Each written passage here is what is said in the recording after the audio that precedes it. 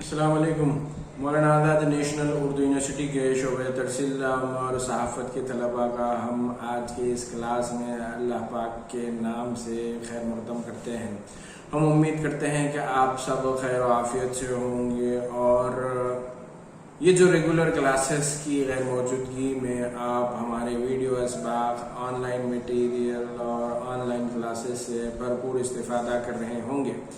عزیز طالب علموں، آج کی کلاس میں ہم بی اے تھرڈ سیمسٹر کے طلباء سے مخاطب ہیں اور ان سے ہم نے پچھلی کلاس میں انویسٹیگیٹو رپورٹنگ، تحقیقاتی صحافت کے حوالے سے ہم نے مختلف موضوعات پر بات کی تھی۔ اب ہم ان سے اسی سے جڑا ہوا ایک جو آگے کا موضوع ہے کہ اس پر ہم بات کریں گے کہ کس طریقے سے آپ انویسٹیگیٹر رپورٹنگ کر سکتے ہیں اور پھر کیسے آپ اس کی منصوبہ بندی کر سکتے ہیں۔ کیا تحقیقاتی صحافت جو ہوتی ہے وہ صرف انگریزی اور بڑی زبانوں کے صحافت میں ہوتی ہے یا اردو کے اخبارات، اردو کے میڈیا میں بھی انویسٹیگیٹو رپورٹنگ کی جا سکتی ہے۔ عزیز طالب علموں، یہ بڑا ہی تلخ مگر سمجھیے کہ یہ ایک ایسا پہلو ہے جس پر اردو صحافی یا اردو صحافت کے جو ذمہ دار ہیں وہ بات کرنا پسند نہیں کرتے۔ میرا جب بھی انٹریکشن ہوتا ہے اور خود چونکہ میں نے بھی اپنے کیریئر کا آغاز اردو صحافت سے ہی کیا تھا اور مجھے اس بات پر فخر ہے کہ ہاں میں نے اردو اخبارات کے لیے، اردو کے ٹیلی ویژن چینلز کے لیے کام کیا ہے اور اب بھی جب بھی موضوع ملتا ہے مجھے تو میں کالم لکھنے کی کوشش کرتا ہوں یا ٹیلی ویژن کے مختلف ڈیبیٹس میں بلایا جاتا ہے تو اس میں شریک ہونے کی کوشش کرتا ہوں۔ مقصد یہی ہے کہ ہم طالب علموں کو ایک ایسا مضمون، ایسا سبجیکٹ پڑھا رہے ہیں جس کو آگے چل کے انہیں پریکٹس کرنی ہے، جس کو آگے چل کے انہیں کام کرنا ہے۔ تو طالب علموں کو کلاس روم میں صحیح طریقے سے پڑھاؤں میں اور کیا چیلنجز ہے کام کرنے کے، تو ہم لکھنے کی کوشش کرتے ہیں، لکھ کر اس چیز کو محسوس کرتے ہیں کہ کسی اسٹوری کے لیے، کسی کالم کے لیے، کسی انویسٹیگیٹو رپورٹ کے لیے کیا دقتیں پیش آ سکتی ہے تاکہ یہ دقتوں کا سامنا ہم کر سکیں تو طالب علموں کو بھی اس سے آگاہ کر سکیں۔ اور پھر ہم یہ چاہتے ہیں کہ ہمارا طالب علم ہر طریقے سے چیلنجز سے نمٹنے کے قابل ہو اور جب وہ مارکیٹ میں جائے، میڈیا میں جائے تو بھرپور طریقے سے اپنی صلاحیتوں کا مظاہرہ کرے۔ پھر وہ انگلش میڈیم سے پڑھ کے آنے والے سے، ہندی میڈیم سے پڑھ کے آنے والے سے یا تیلگو میڈیم سے پڑھ کے آنے والے سے کسی بھی طرح سے پیچھے نہیں رہے۔ تو میرا یہ ماننا ہے کہ بہت سارے صحافی جو اردو اخبارات یا اردو میڈیا میں کام کرتے ہیں وہ جلد ہی ہمت ہار جاتے ہیں۔ یاد رکھیے گا کہ صحافت کا ایک ایسا پیشہ ہے، صحافت ایک ایسا پروفیشن ہے جہاں پر کام کرنے والے جو صحافی ہیں، جو اسٹاف ہے، ان کو ہمیشہ موٹیویٹ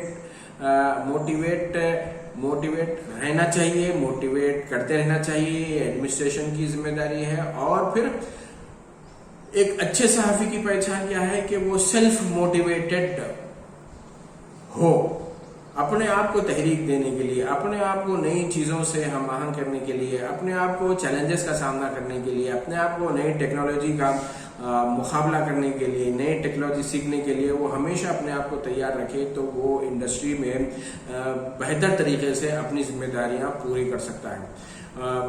عثمانیہ یونیورسٹی کے ہمارے ایک سینئر سمجھے کہ صحافی ہیں، بہت سینئر ہیں، ٹائمز آف انڈیا کے حیدرآباد ایڈیشن میں کام کرتے ہیں، سشیل کمار۔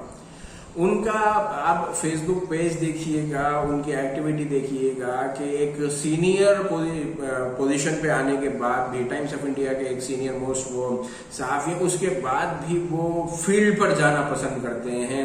وہ عام آدمیوں سے مل کر ان کے مسائل کو، ان کے نقطہ نظر کو سمجھنے کی کوشش کرتے ہیں۔